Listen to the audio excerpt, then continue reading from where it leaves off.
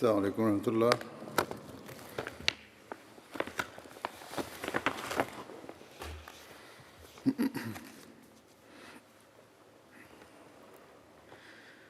أشهد أن لا إله إلا الله وحده لا شريك له وأشهد أن محمدا عبده ورسوله أما بعد فأعوذ بالله من الشيطان الرجيم بسم الله الرحمن الرحيم الحمد لله رب العالمين الرحمن الرحيم مالك يوم الدين إياك نعبد وإياك نستعين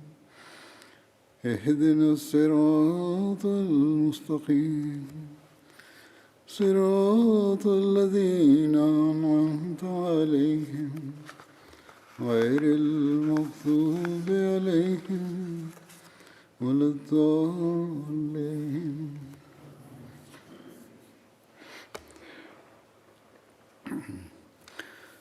حضرت ابو بکر رضی اللہ عنہ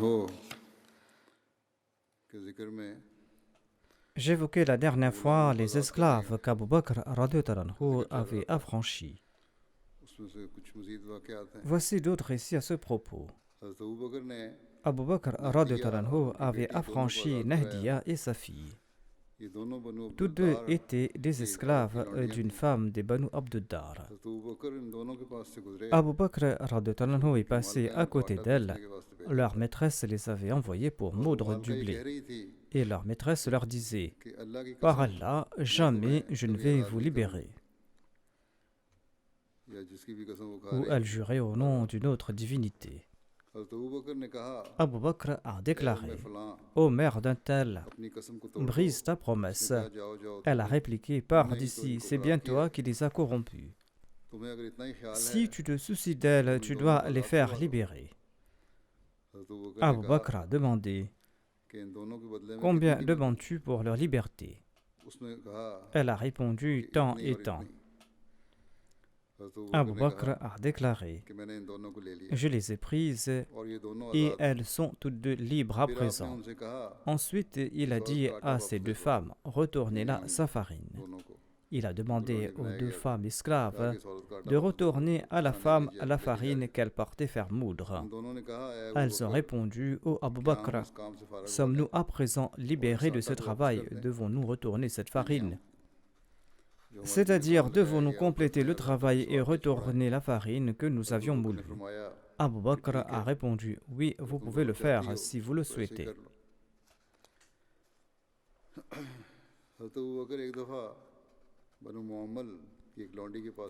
Abu Bakr radhiyallahu anhu est passé tout près d'une femme esclave des Banu Muhammal, un clan des Banu Adi bin Ka'b.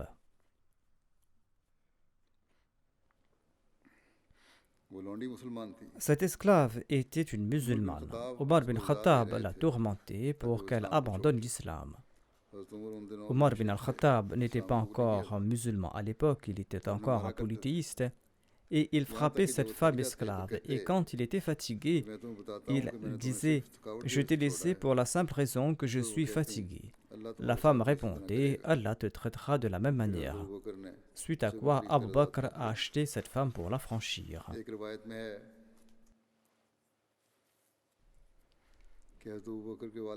Selon un récit, Abu Quhafa, le père d'Abu Bakr, a dit à celui-ci: Ô mon fils, je constate que tu libères les faibles.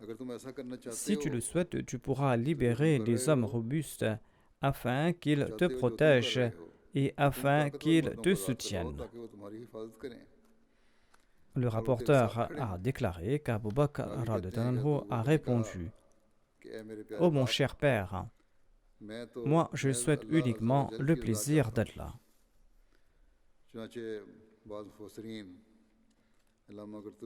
Certains exégètes, dont Allama Qurtubi et Allama Al-Lusi, relate que les versets suivants ont été révélés en raison de l'action d'Abu Bakr.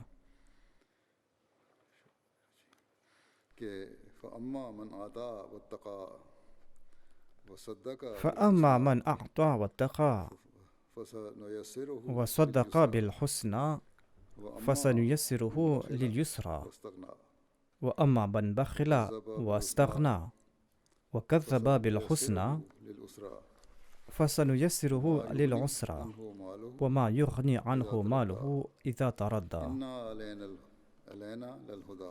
إن علينا للهدى وإن لنا للآخرة والأولى فأنذرتكم نارا تلظى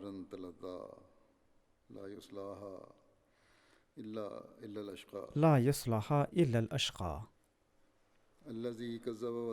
الذي كذب وتولى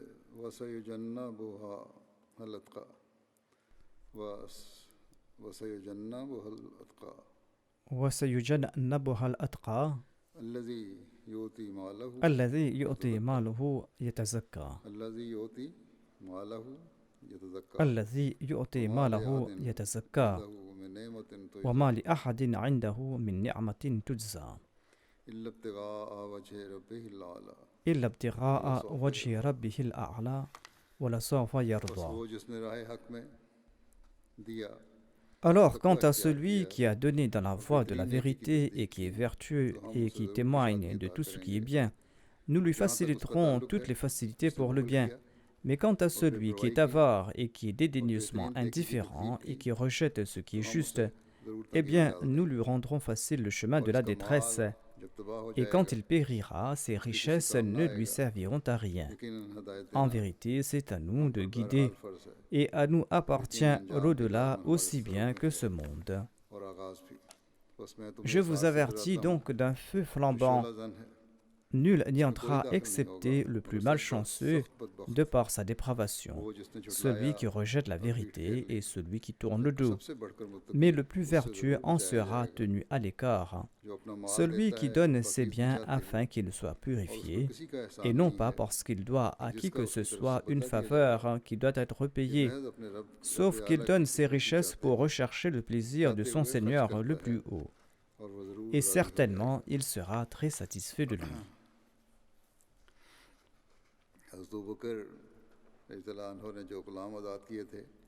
Khabbab bin al-Arat faisait aussi partie de ces esclaves qu'avait libéré Abu Bakr radhiyallahu anhu. Hazrat Muslim Maud radhiyallahu anhu relate à propos de Khabbab bin al-Arat. Il avait un compagnon qui un jour avait enlevé sa chemise pour prendre un bain. Quelqu'un était à côté de lui et a constaté que la partie supérieure de la peau de son dos était dur et rugueux comme du cuir de buffle. Tout étonné, il lui a demandé « Depuis quand es-tu malade ? La peau de ton dos est aussi dure que du cuir d'animal. » Khabbab a ri lorsqu'il a entendu cela et il a déclaré « Il ne s'agit pas d'une maladie. Quand nous avions embrassé l'islam, nos maîtres avaient décidé de nous punir et ils nous allongeaient sous le soleil brûlant et ils nous tabassaient et disaient « Reniez Mohammed sallallahu alayhi wa sallam. » En réponse, nous récitions la kalima shahada et ils nous tabassaient davantage. Et quand ils ne décoléraient pas, ils nous tiraient sur des pierres. Pour protéger les maisons en terre bâtues à l'époque en Arabie, on plaçait un type de pierre au pied des murs. C'est une pierre qu'on appelle du kingar en langue punjabi. Il s'agit d'une pierre très dure et tranchante.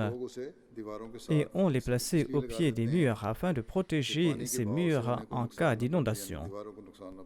Ce compagnon relatait « Quand nous ne renions pas l'islam et que le persécuteur était fatigué de nous tabasser, il nous attachait par 10 pieds et il nous tirait sur ces pierres dures. Ce que tu vois est le résultat de ces supplices. Ainsi, ils nous ont tourmentés pendant des années entières. En fin de compte, Abu Bakr ne pouvait plus endurer de voir ces supplices et il a vendu une bonne partie de ses biens pour les affranchir.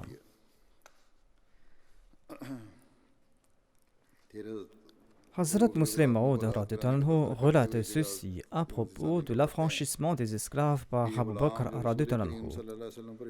Les esclaves qui avaient accepté le saint prophète Mohammed paix soit lui venaient de toutes les communautés. Il y avait par exemple Bilal qui était abyssinien et Suhaib qui était romain.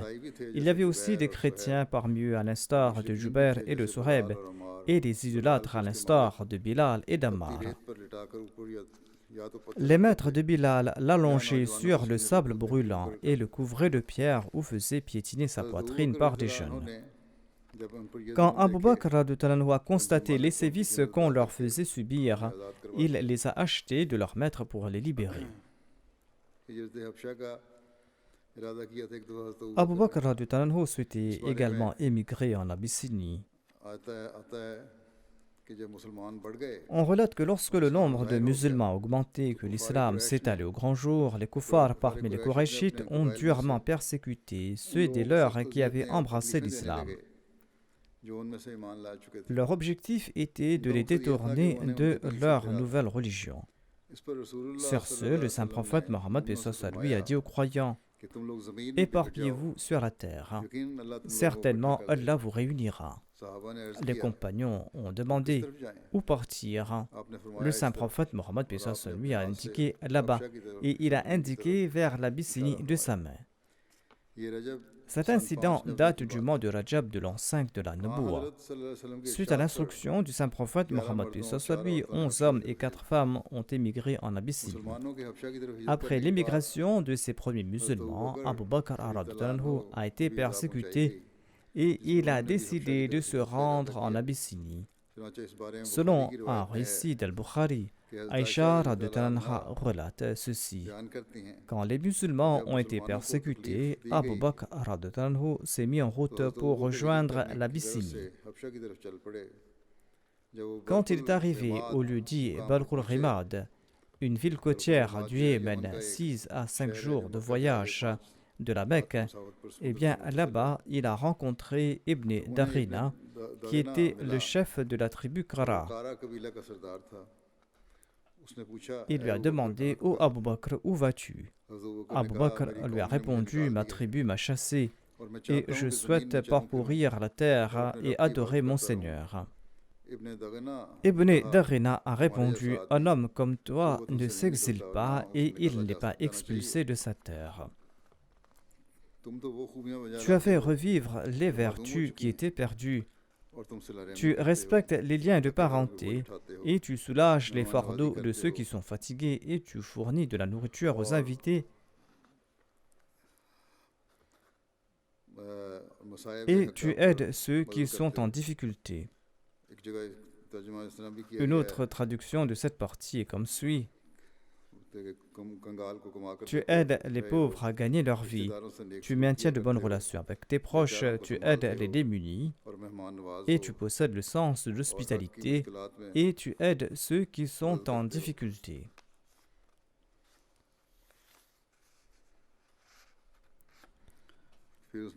Ibn Daghina a ajouté: je t'accorde ma protection. Retourne chez toi et adore ton Seigneur dans ta maison.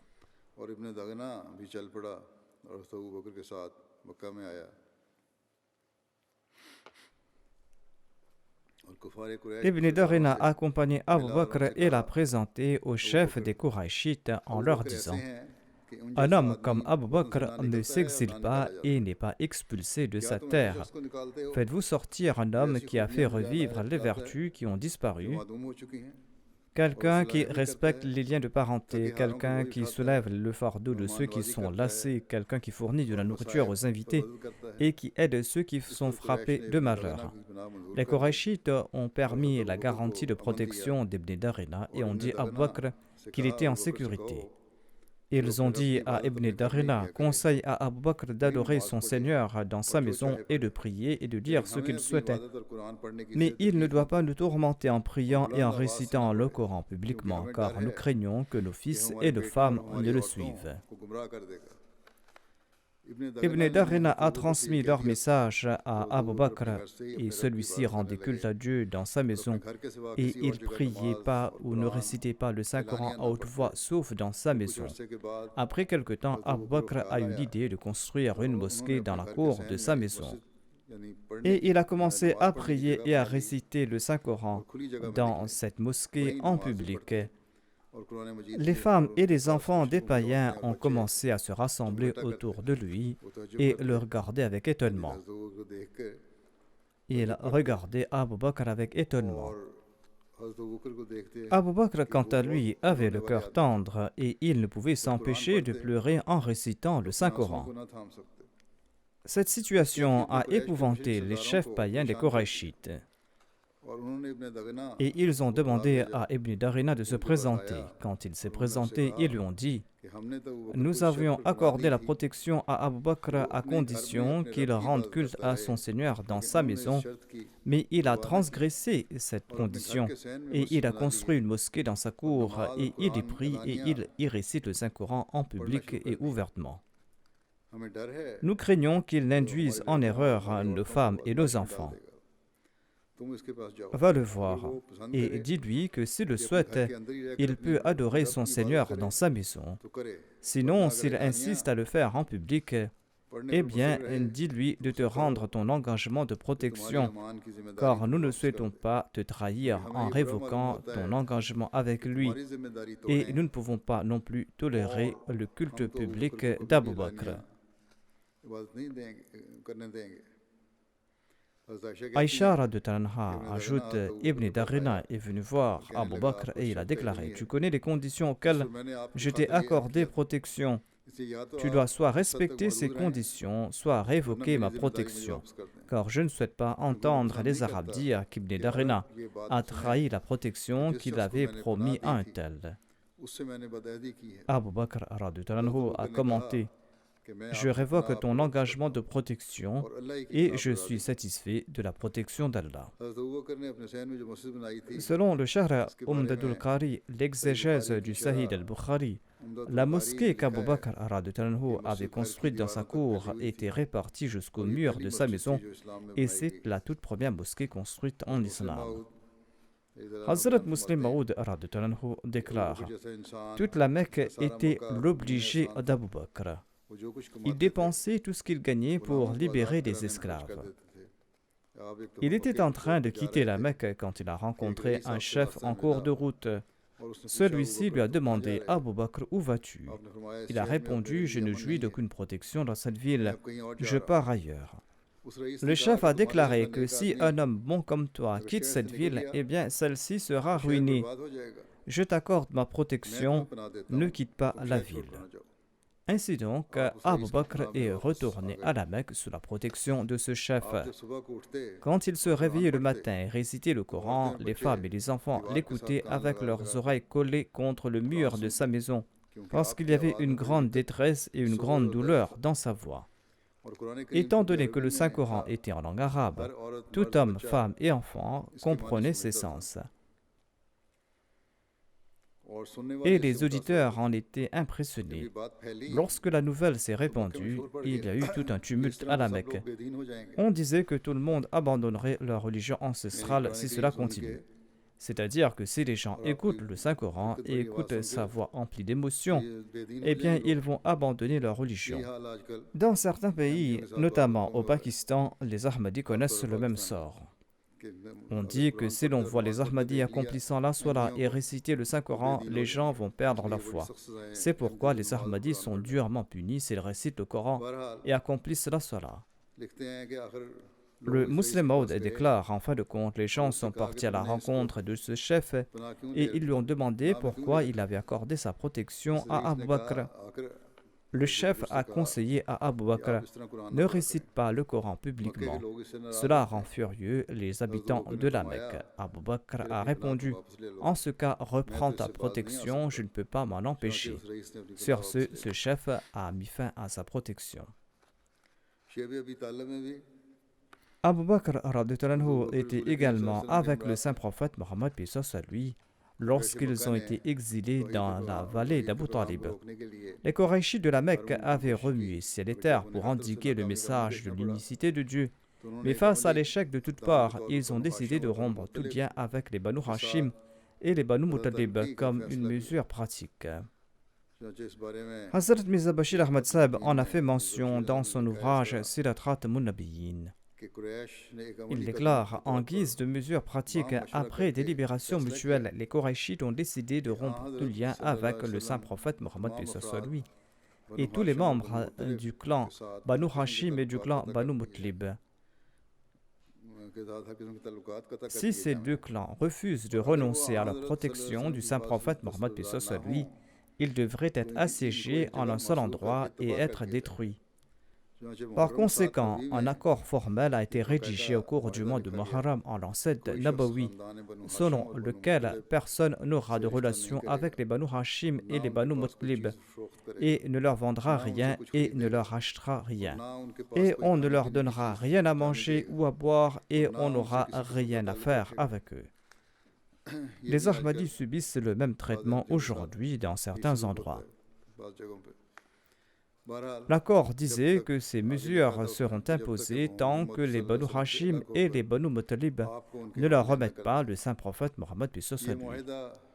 Ce traité des Qurayshites, qui comprenait également la tribu Banu Kinana, a été formellement rédigé et signé par tous les grands chefs des Qurayshites et accroché au mur de la Kaaba sous la forme d'un gage national important. Par conséquent, le saint prophète Mohammed lui et tous les membres des Banu Hashim et des Banu Muttalib, qu'ils soient musulmans ou mécréants, sauf Abu Lahab, l'oncle paternel du saint prophète Mohammed lui, qui dans son animosité s'était rangé du côté des Qurayshites, eh bien tous les membres de ces deux clans ont été assiégés dans une vallée montagneuse appelée la vallée d'Abu Talib. De cette manière, deux grands clans des Qurayshites étaient complètement coupés de la vie sociale de la Mecque et emprisonnés dans la vallée d'Abu Talib, vallée qui appartenait aux Banu Hashim. La poignée de musulmans qui résidaient encore à la Mecque était également avec le saint prophète Mohammed sallallahu alayhi wa sallam. Abu Bakr n'avait pas abandonné le saint prophète Mohammed lui, même dans ces circonstances les plus difficiles.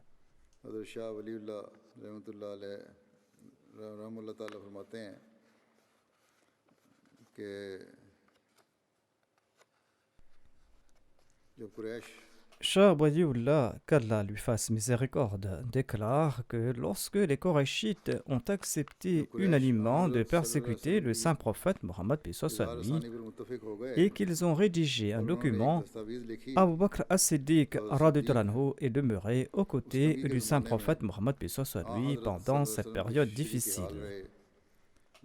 Abu Talib a composé ce poème en cette occasion.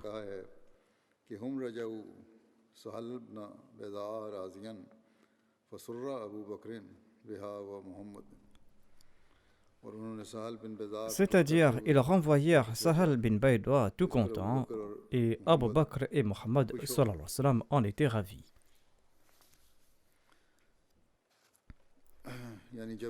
C'est-à-dire, lorsque les Qurayshites de la Mecque ont finalement mis fin au boycott, l'un des poèmes qu'Abu Talib avait cité était celui mentionné ci-dessous.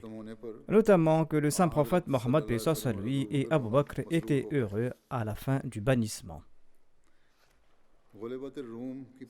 On trouve mention de la prédiction de la victoire de Rome et le pari d'Abu Bakr à ce propos.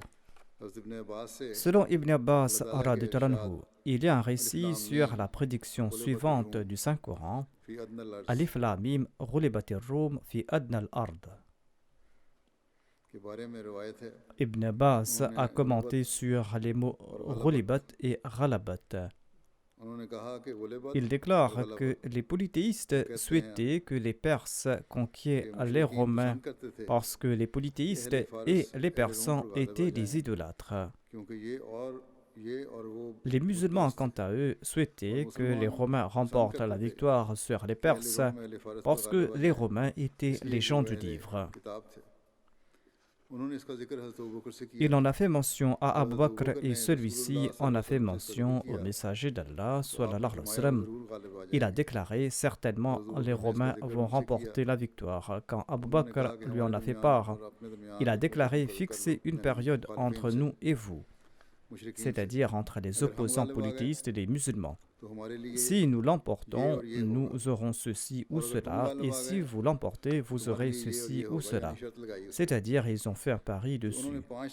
Ainsi, ils ont fixé une limite de 5 ans, mais les Romains n'ont pas eu le dessus. Et il en a fait mention à l'envoyé d'Allah, sallallahu alayhi wa sallam, et celui-ci a déclaré « Pourquoi n'avais-tu pas fixé une période plus longue ?» Le narrateur déclare qu'il pense qu'il voulait dire 10 ans. Ce récit est tiré de l'exégèse de Tirmidhi. Selon un récit du Sahih al-Bukhari, 4 prophéties faites par le saint prophète Mohammed lui se sont accomplies avec une grande gloire. Parmi elles se trouve celle de la victoire des Romains. Masrouk raconte ceci. Nous étions avec Abdullah bin Mas'ud. Il a déclaré que lorsque l'envoyé d'Allah sallallahu alayhi wa sallam, a constaté que les gens se détournaient de lui, il a déclaré et il a prié « Oh Allah, frappe le peuple d'une disette à l'instar de ces 7 ans de famine de l'époque de Joseph. » Ainsi, ils ont été frappés d'une famine qui a tout détruit, tant et si bien que la population était contrainte de consommer de la peau, des cadavres et des charognes fétides. Et tous ceux qui regardaient vers le ciel tout affamés n'y voyaient que de la fumée. Ceci est l'une de ces 4 prophéties. Abu Sufyan est venu voir le saint prophète et il lui a dit « Ô Mohammed, sallallahu alayhi wa sallam, vous commandez l'obéissance à Allah et la compassion à l'égard d'autrui. Votre peuple est en train de périr. Implorez Allah en leur faveur. » Allah avait dit, « Mais attends le jour où le ciel produira une fumée visible. Nous enlèverons le châtiment pour quelque temps, mais vous retournerez sûrement à ces choses-là, le jour où nous vous saisirons d'un grand saisissement. » Ainsi donc, cette grande saisie a eu lieu le jour de Badr et le tourment de la fumée et la saisie sévère.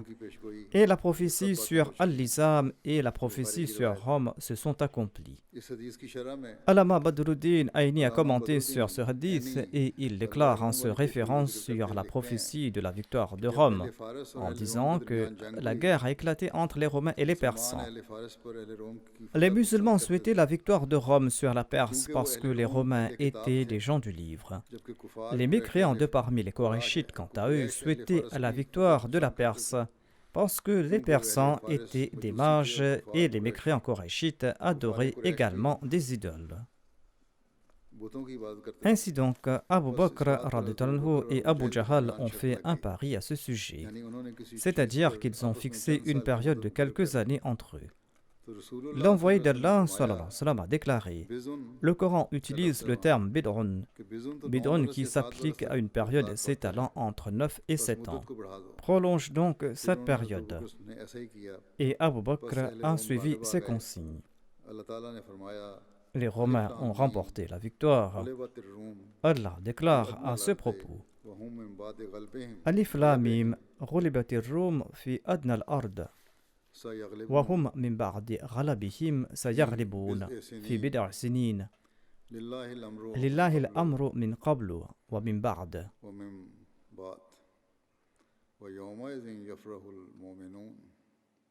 ويومئذ يفرح المؤمنون بنصر الله. La traduction de ces versets est comme suit. Alif Lam Mim, je suis Allah le plus savant. Les Romains ont été vaincus. Ils ont été vaincus sur la terre voisine et après leur défaite, ils seront victorieux. Dans quelques années, entre une période de 3 à 9 ans, à Allah est le commandement avant et après. Et ce jour-là, les croyants se réjouiront de l'aide d'Allah. Charbi déclare que les paris étaient licites à l'époque. Hazrat Mirza Bashir Ahmad Sahib a commenté à ce sujet que, avant l'avènement de l'islam et au début de l'ère de l'islam, la Perse et Rome étaient les 2 empires les plus puissants et les plus grands dans le monde civilisé. Ces 2 empires étaient situés tout près de l'Arabie. L'empire perse était situé au nord-est de l'Arabie et l'empire romain au nord-ouest. Étant donné que les frontières de ces deux empires se rencontraient, il y avait parfois des guerres et des conflits entre les deux. Même à l'époque à laquelle nous faisons allusion, dans le cadre de cette prophétie, ces deux grands empires étaient en guerre. La Perse avait dominé Rome et s'était emparée de bon nombre de ces régions qui étaient prisées. Et la Perse n'a cessé de dominer Rome par la suite. Étant donné que les Korachites étaient des adorateurs d'idoles et que la religion de la Perse était également assez similaire, c'est pour cette raison que les Korachites de la Mecque étaient très satisfaits des victoires de la Perse. Cependant, les musulmans sympathisaient avec Rome parce que les Romains étaient des chrétiens. Étant chrétiens, appartenant aux Ahl Kitab et en raison de leur relation avec le Messie, eh bien, les Romains étaient plus proches des musulmans que ne l'étaient les nations idolâtres et adoratrices du feu. En de telles circonstances, après avoir été informé par Allah l'exalté, le saint prophète Mohammed lui a prophétisé que bien qu'actuellement Rome est dominée par la Perse, dans quelques années, Rome va vaincre la Perse. Et ce jour-là, les croyants vont se réjouir. En entendant cette prophétie, les musulmans, parmi lesquels le nom d'Abu Bakr figure en proéminence, ont commencé à annoncer ouvertement à la Mecque que notre Dieu nous a informé que Rome vaincra bientôt la Perse. Les Korachites ont répondu que si cela est vrai, alors venez et nous allons faire un pari dessus. À l'époque, les paris n'étaient pas encore interdits en islam et Abu Bakr a accepté ce pari. Et les termes ont été fixés entre Abu Bakr et les chefs des Korachites sur quelques chameaux, et 6 ans ont été fixés comme délai.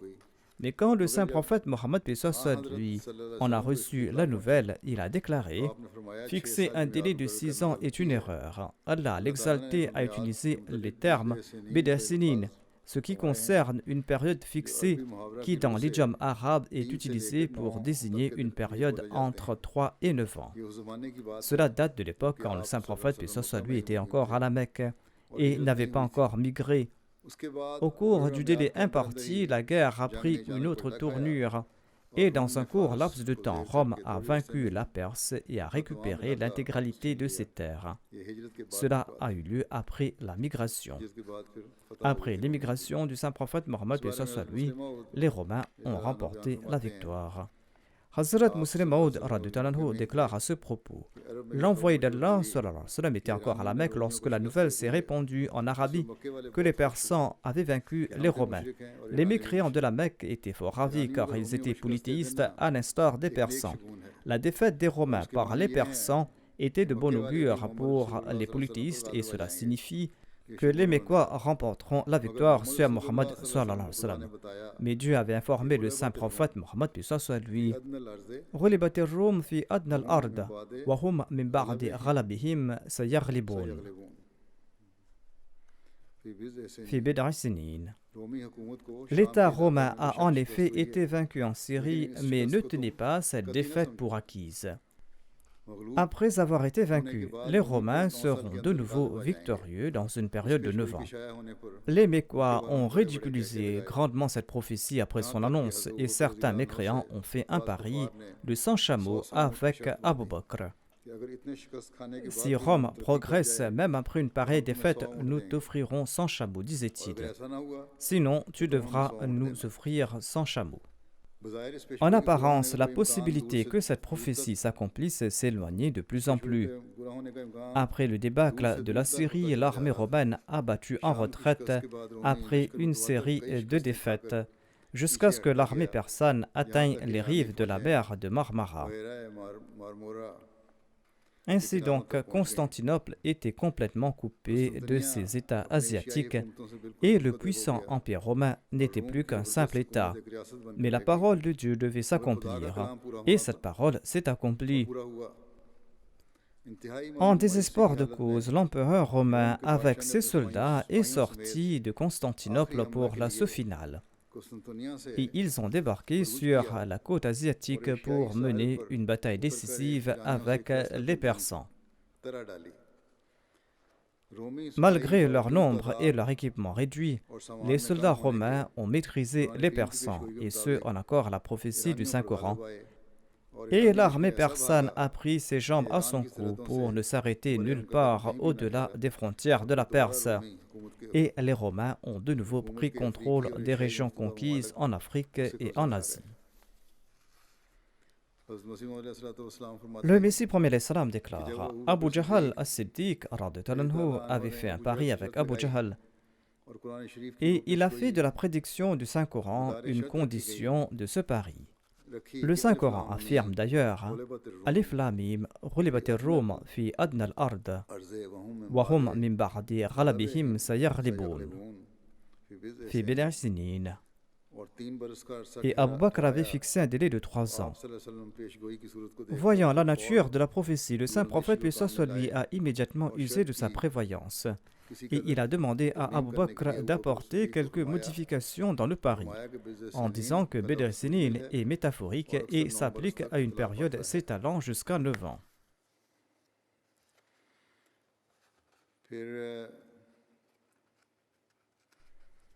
L'envoyé d'Allah sallallahu alayhi wa sallam, s'est présenté à différentes tribus, c'est-à-dire qu'il a présenté sa déclaration de prophète et Abu Bakr as-Siddiq l'avait accompagné à cet effet.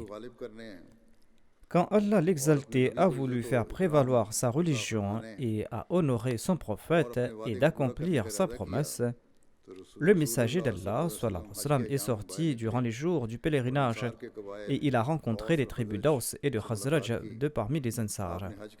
Il s'est présenté à l'époque du Hajj comme il le faisait chaque année à l'époque du pèlerinage.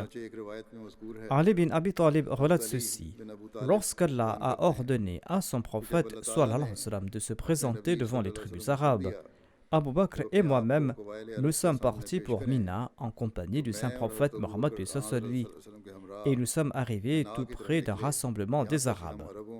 Abu Bakr Siddiq s'est avancé. Il avait une grande connaissance de la généalogie.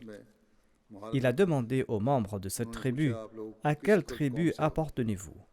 Ils ont répondu qu'ils étaient de la tribu Rabia. Abu Bakr a demandé à quelle branche des Rabia. Ils ont répondu à celle de Zuhur. Ali bin Abi Talib ajoute: nous sommes partis de la rencontre des Aws et des Khazraj. L'envoyé d'Allah sallallahu alayhi wa sallam leur avait conféré le titre d'Ansar parce qu'il l'avait accepté et il lui avait accordé abri et aide.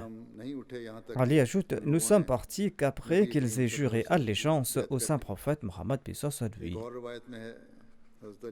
Selon un autre récit, Ali a déclaré: quand Allah a ordonné à son prophète sallallahu alayhi wa sallam de se présenter devant les tribus arabes, il est sorti pour accomplir ce but. Abu Bakr et moi-même étions également avec lui. Nous sommes arrivés dans un grand rassemblement calme et digne.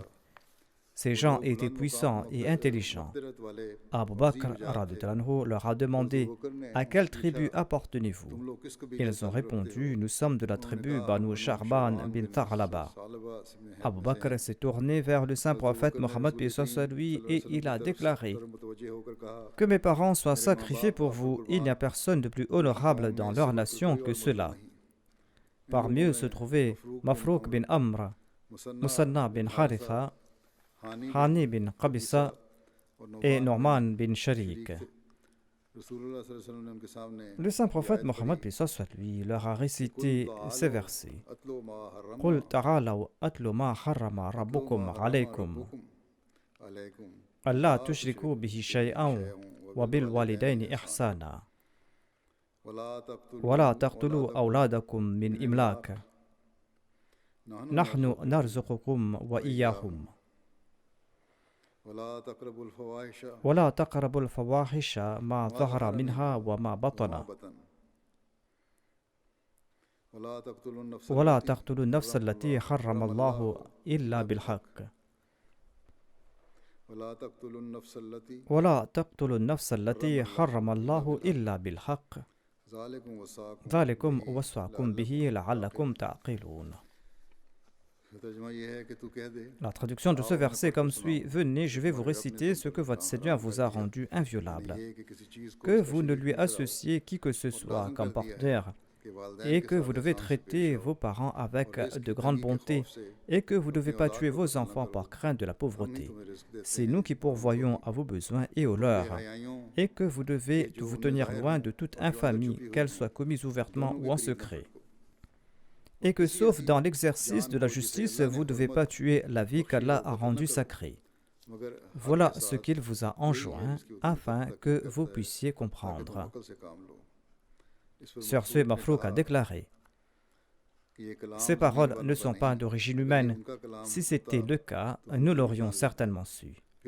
Ensuite, le saint prophète Mohammed lui a récité ce verset: Inna Allaha ya'muru bil adli wal ihsan wa ita'i dhil qurba wa yanha 'anil fahsha'i wal munkari wal baghi.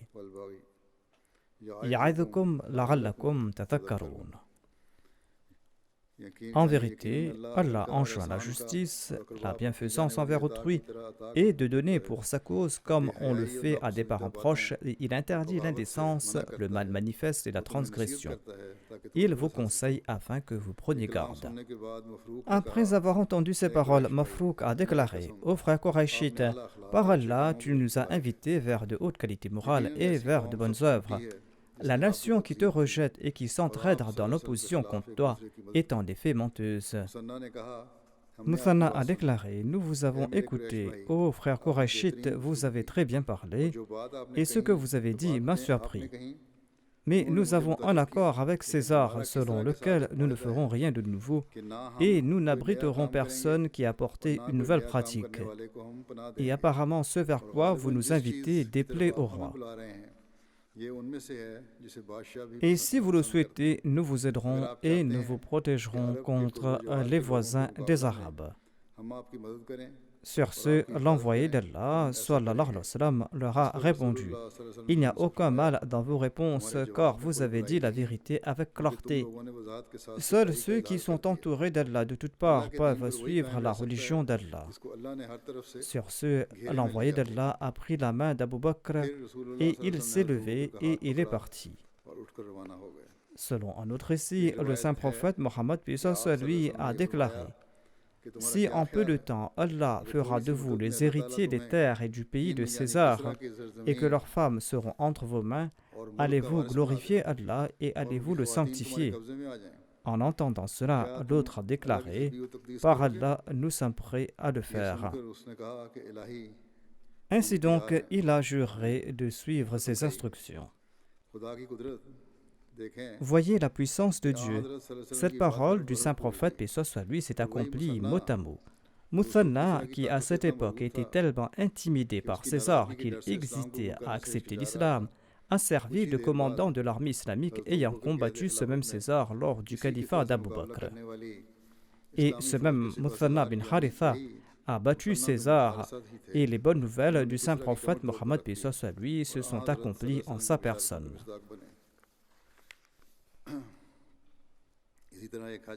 Lorsque la tribu Bakr bin Wa'il est venue à la Mecque pour le pèlerinage, le saint prophète Mohammed lui a dit à Abu Bakr: va voir ces gens et présente-leur ma personne, c'est-à-dire va leur prêcher le message ainsi que la déclaration du saint prophète lui. Abu Bakr est parti à la rencontre et il leur a présenté le saint prophète lui et il leur a prêché le message de l'islam. Je mentionnerai le reste la prochaine fois, Inch'Allah. Aujourd'hui, je voudrais également demander des prières pour les Ahmadis de l'Afghanistan. Ils traversent beaucoup d'épreuves. Il y a eu des arrestations. Les femmes et les enfants sont très inquiets à la maison. Les hommes qui sont partis et qui n'ont pas été arrêtés sont également sans abri parce qu'il y a le risque qu'ils soient arrêtés. Qu'Allah allège leur situation et qu'Allah les enlève de cette situation difficile. Priez également pour les Ahmadis du Pakistan. La situation est généralement difficile là-bas. Il y a toujours des incidents ici et là, et les gens harcèlent les Ahmadis. De même, priez pour qu'Allah accorde au monde la capacité de reconnaître le Messie premier d'Islam et de mettre fin à tout mal, et que le monde puisse reconnaître son Créateur.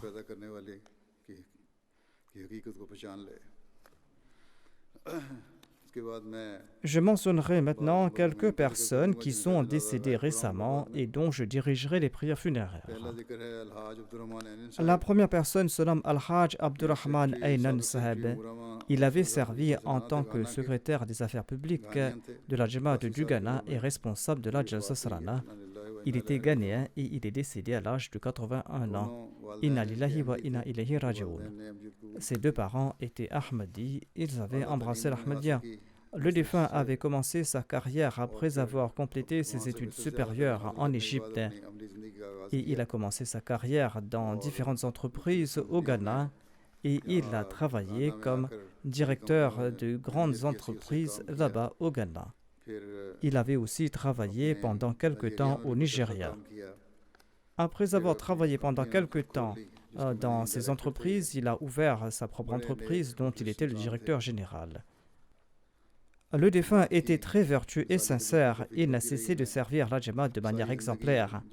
Toute sa vie, il a préféré les intérêts de la Jamaat et les travaux de la Jamaat sur ses intérêts personnels. Il n'a cessé de servir la communauté en occupant différents postes. Et il considérait comme son bonheur le fait d'obéir à l'émir de la Jamaat et de répondre à chacun de ses appels. La plupart du temps, il venait à la mission tôt le matin et il rencontrait l'Amir Saheb afin de connaître quel travail à accomplir ce jour-là. Il s'en occupait d'abord avant de se rendre pour son travail. Il a servi pendant longtemps en tant que président de la région du Grand Accra. De 89 à 98, il a servi en qualité de Sadr de la Majlis Ansarullah. Il a aussi servi en tant que secrétaire aux affaires publiques pendant longtemps. Il a ensuite été affecté au poste d'officier de la Jalsa Sarana et il a servi en tant qu'administrateur national au sein de la Jamaat jusqu'au moment de son décès.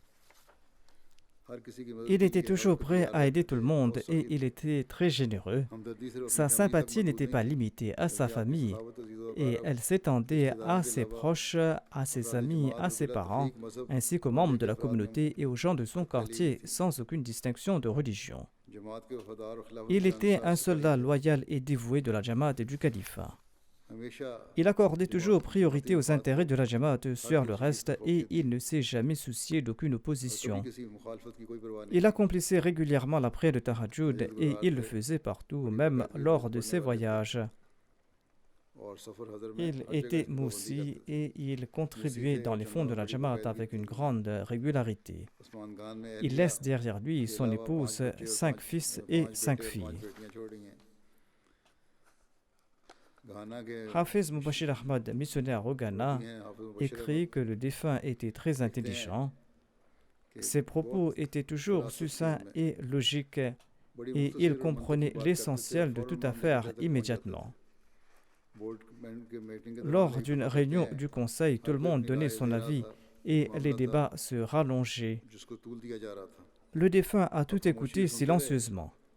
Et quand ce fut son tour de prendre la parole, il a déclaré que ce n'est pas la peine pour nous d'en discuter davantage étant donné que le calife a pris sa décision à ce sujet. Étant donné que le calife a rendu son verdict, on ne doit pas présenter d'autres opinions, mais on doit suivre ce verdict à la lettre. Allah nous a accordé des personnes aussi sincères, même dans des régions éloignées. Le prochain défunt se nomme Aziab Ali Mohamed Al-Jabali. Il est décédé récemment. Inna lillahi wa inna ilayhi raji'un. Il appartenait à la Jamaat de la Jordanie. Le président de la Jamaat de la Jordanie écrit que le défunt avait prêté le serment d'allégeance en 2010. Il était le seul Ahmadi de sa région. Et selon les coutumes locales, étant donné que la femme suit la religion de son mari, elle est devenue Ahmadi elle aussi. Sa foi dans le Messie premier d'Islam, en l'Ahmadiyya et dans le califat était aussi ferme qu'une montagne. Suite à son acceptation de l'Ahmadiyya, malgré l'opposition de sa famille et d'autres opposants, le défunt a fait preuve d'une persévérance exemplaire. Il ressentait une grande fierté pour l'Ahmadiyya et pour le califat et il les a défendus avec une grande force. Il aimait beaucoup acquérir la connaissance et prêcher le message de l'Ahmadiyya. Parfois, il appelait tard dans la nuit et posait des questions sur la religion. Et c'est ainsi qu'il a eu de nombreuses séances de tabligh chez lui avec les opposants et ses proches. Le défunt était diabétique et il en souffrait grandement. Et c'est cette maladie qui a causé sa mort. Certains de ses proches lui disaient qu'il était malade en raison de l'Ahmadiyya. Et ils lui ont dit que si tu abandonnes l'Ahmadiyya, le jour de la résurrection, nous allons témoigner en ta faveur. Mais le défunt priait et il répondait « Ô mon Seigneur, donne-moi la mort en tant que musulman Ahmadi ». Le prochain défunt se nomme Mukarram Din Mohammed Shahid. Il était un missionnaire à la retraite et résidait au Canada.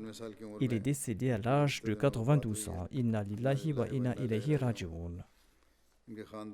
L'Ahmadiyya a été introduit dans sa famille par l'intermédiaire de son père qui avait prêté le serment d'allégeance en 1938. Le défunt avait accompagné son père en 1940 lors de l'Hajj Sasalana de Qadian. Son père était impressionné par l'atmosphère éducative et religieuse de Qadian. Et en raison de la passion pour les études du défunt, son père l'y a laissé là-bas à l'âge de 11 ans sous la garde de Hazrat Mir Mohammed Ishaq Saheb. Le défunt a fait ses études donc à Qadian et en 1953, il a obtenu le diplôme de Shahid de la Jamia Ahmadiyya. Il a travaillé comme missionnaire dans différentes villes au Pakistan. Il a aussi servi dans les îles Fidji en tant que missionnaire en charge pendant 3 ou 4 ans. Il a également servi comme attaché de presse à Rabwa pendant une longue période. En plus de 4 ouvrages, il a écrit plusieurs articles aussi. Il avait une grande passion pour la prédication et il a adopté de nouvelles méthodes. Par la grâce d'Allah, il était moussi.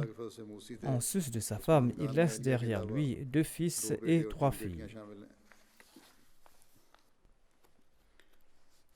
Le prochain défunt se nomme Mukarram Mian Rafiq Ahmad Saheb. Il était membre du bureau de l'Hajj Sasalana. Il est décédé récemment à l'âge de 87 ans. Inna lillahi wa inna ilayhi raji'un. Son père se nommait Mian Bashir Ahmad Saheb. Il avait migré de Qadian à Quetta avant la formation du Pakistan. Et le père du défunt a servi en tant qu'émir de Quetta.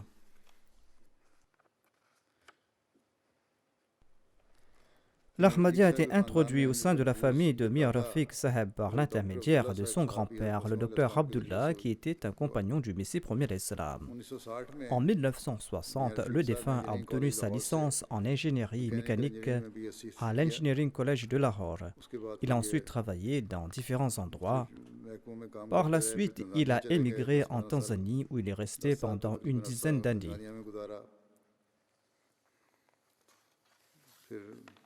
Il a travaillé au sein d'une entreprise et il enseignait également là-bas en Tanzanie.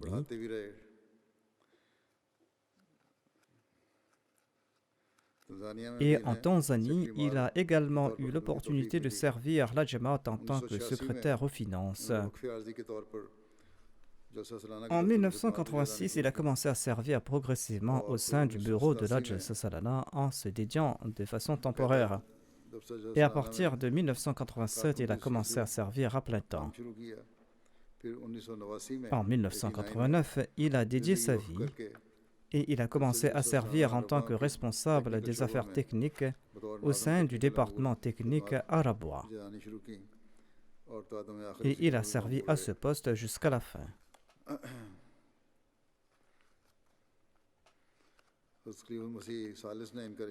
Le troisième calife lui avait trouvé une épouse. Et l'annonce de son nikah a été faite par le Maulana Abdulatta. Allah le Très-Haut lui a accordé 3 fils et une fille.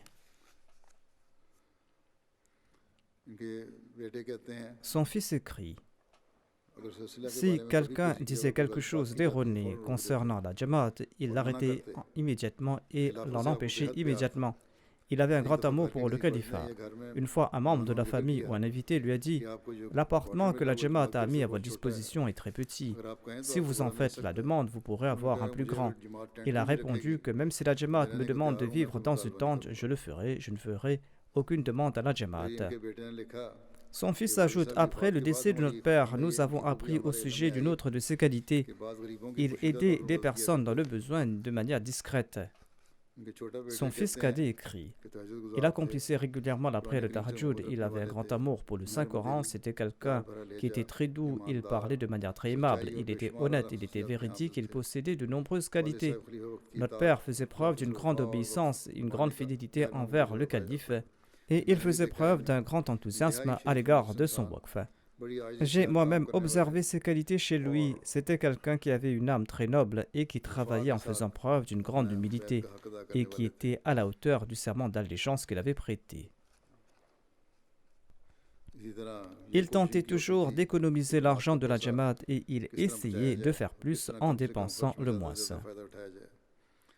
Il avait également fait des plans, des machines à faire les rôtis, les galettes de pain, et il avait beaucoup travaillé à la bois dans ce cadre. Son fils ajoute « Le défunt faisait toujours preuve de patience lorsqu'il était face à une inquiétude ou lorsqu'il souffrait. Et souvent, je l'ai vu réciter le Saint-Coran. Lorsqu'il est tombé malade et quelque temps avant son décès, il n'a jamais laissé transparaître qu'il souffrait. Il était toujours honnête dans chacune de ses œuvres et il faisait preuve d'un grand enthousiasme. » C'était là quelques points que j'avais mentionnés auparavant. La prochaine défunte se nomme Kanta Zafar Saheba. Elle était l'épouse d'Ahsanullah Zafar, qui était l'ex-émir de la Jamaat des États-Unis. Elle est décédée quelque temps de cela des suites d'un accident de voiture. Inna lillahi wa inna ilayhi raji'un. La défunte était née en 1941. Son père était Chaudhry Azam Ali. Il était un juge à la retraite. Son grand-père maternel était Chaudhry Fakir Mohammad, qui avait servi en tant que Nazir Umur-e Amma tout juste après la partition de l'Inde et du Pakistan. La défunte était une femme qui possédait de nombreuses qualités. Elle était joviale, elle avait une relation de fidélité envers le califat et elle en faisait également mention. La défunte avait un grand amour pour le Saint-Coran et un grand amour pour le saint prophète Mohammed, paix soit lui, et le Messie premier d'Islam. Et elle tentait toujours de susciter cet amour chez ses enfants. Par la grâce d'Allah, elle était moussia. Elle laisse derrière elle son mari et deux filles. Elle avait un jeune fils qui était décédé quelque temps de cela dans un accident de voiture et elle a enduré ce chagrin avec une grande patience. Inamullah Haq Kauthar, qui est missionnaire en Australie, déclare « Lorsque j'étais aux États-Unis, elle participait régulièrement au cours du Saint-Coran et elle s'y rendait en faisant une très longue route. Elle était titulaire d'un doctorat, mais elle était très simple. Elle ne faisait montre d'aucune fierté ou d'aucune vanité à cet égard. Elle s'occupait beaucoup des pauvres et de ceux qui étaient dans le besoin. Elle se comportait comme une mère à l'égard des missionnaires et elle s'adressait à eux avec un grand respect et une grande considération. L'humilité transpérait dans tous ses actes et elle disait souvent aux lajna de ranger leurs chaussures aux endroits dédiés et elle rangeait elle-même les chaussures de celles qu'ils ne faisaient pas. De plus, elle nettoyait aussi régulièrement la mosquée avec une grande humilité. Le missionnaire ajoute, la défunte n'avait en elle aucune arrogance, aucune ostentation. Elle portait des vêtements très sobres et s'adressait aux autres de manière très noble. Elle n'était fâchée contre personne et elle se comportait d'une manière très noble à l'égard d'autrui et elle obéissait à toutes les directives du calife. Qu'Allah fasse preuve de pardon et de miséricorde envers ses défunts et qu'il exalte leur rang et qu'il permette à leurs descendants de marcher sur leurs pas.